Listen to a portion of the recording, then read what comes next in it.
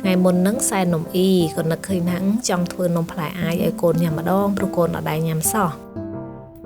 ស្លឹកចេកនេះខ្ញុំកាត់ជារាងរង្វង់មូលទំហំវាប៉ុណ្ណចានចង្កឹះយើងណាបងប្អូនខ្ញុំយកវាមកបាត់ធ្វើជាកន្ទោមសម្រាប់ដាក់នំផ្លែអាយអានេះលើកទី1ដែលខ្ញុំបាត់កន្ទោមហ្នឹងអញ្ចឹងប្រហែលជាមិនសូវស្អាតអីទេបងប្អូនអើយស្ករផែននេះខ្ញុំហាន់វាជាដុំតូចៗសម្រាប់ធ្វើជាស្នូលនំផ្លែអាយយើងណាខ្ញុំប្រើម្សៅអង្ករត្នោតបរិមាណ150ក្រាមទឹក140 ml សម្រាប់ម្សៅប៉ុណ្ណឹងខ្ញុំលុញធ្វើជានំបានប្រហែលជាជាង30គ្រាប់បងប្អូនបើដាក់កន្ទោងទៅបាន5កន្ទោង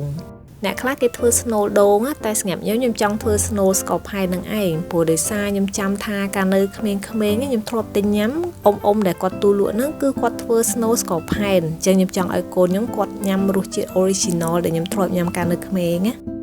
បងប្អូនដឹងមកទេកាលខ្ញុំនៅក្មេងខ្ញុំឆោតណាពេលដែលខ្ញុំចង់ធ្វើនំផ្លែអាយហ្នឹងខ្ញុំទៅដាំទឹកឲ្យពុះសិនបន្ទាប់មកបានខ្ញុំអង្គុយលុញម្សៅ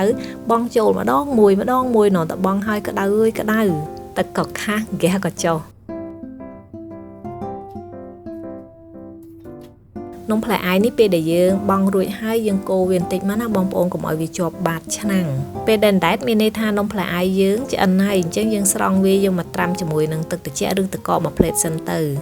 បន្ទាប់មករៀបដាក់កន្ទោងហើយដាក់ដូងកោសពីលើមករួចជាការស្រេចតែប៉ុណ្ណេះបានឆ្ងាញ់ទៀតហើយ